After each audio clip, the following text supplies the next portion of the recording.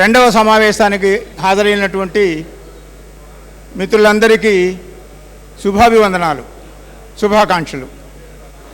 మనం చాలా అదృష్టవంతులం. 6 నుంచి 7 దశాబ్దాల వయసును పూర్తి చేసుకున్న మనమంతా ఇలా కలుసుకోవటం చాలా ఆనందదాయకం. ఇవాళ పొద్దున్నుంచి ఇక్కడ వచ్చిన తర్వాత పాత మిత్రులందరూ ఒక్కొక్కరు కలుస్తుంటే ఆ 70 ఇయర్స్ ఏజ్లో 60 ఇయర్స్ ఏజ్లో ఉన్నటువంటి సోదరుల యొక్క ఫేసుల్లో అసలు ఒక వెలుగు కనిపిస్తుంది.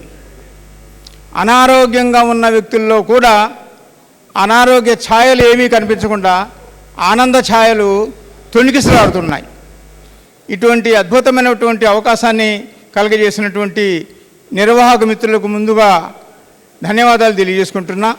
మీరందరూ సుదూర ప్రాంతాల నుంచి కూడా ఈ ఆత్మీయ సమ్మేళనంలో పాల్గొని మన ఆత్మీయతను తలా కాస్త పంచుకుందామనే ఒక మహత్తరమైనటువంటి ఒక ఆశయంతో, ఒక లక్ష్యంతో, ఒక కోరికతో, ఒక కాంక్షతో ఇక్కడంతా మీరు సమావేశమైనందుకు మీ అందరూ కూడా ఈ సందర్భంగా నేను నా శుభాభివందనాలు తెలియజేసుకుంటున్నా.